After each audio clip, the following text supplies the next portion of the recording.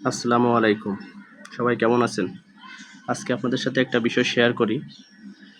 ফেরিঘাট। আসলে আমি এখন ফেরিঘাটে দাঁড়িয়ে আছি। পিছনটা দেখতে পাচ্ছেন একবারে ফাঁকা। কোনো গাড়ি নেই। তো ফেরিঘাটের এখন এই অবস্থা।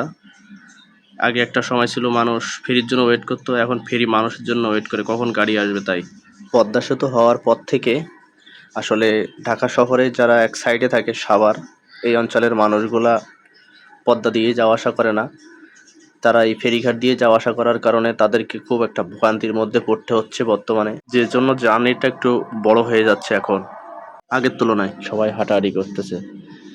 আর নদীর সাইডের পরিবেশটা কতটা সুন্দর দেখেন, বৃষ্টির মধ্যেও মাছ ধরতেছে যারা নদীতে, নৌকা নিয়ে যাচ্ছে, কত সুন্দর দেখলেই আসলে ভালো লাগে।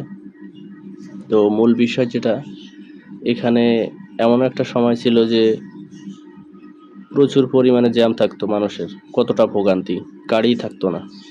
আর বর্তমানে ফেরি এসে দাঁড়িয়ে থাকে, গাড়িই থাকে না। যখন গাড়ি আসে একটা দুইটা করে, তখন ফেরিতে ওঠায়। আস্তে আস্তে যখন ফেরিটা ফুল হয়, তখন মনে করেন ফেরিটা ছাড়ে। আসলে এলাকার লোকাল ভ্যান, ইজি বাইক যেমন আর কি ভিতরের রাস্তায় দাঁড়ায়, ফুল গাড়ি হইলে তারপর ছাড়ে।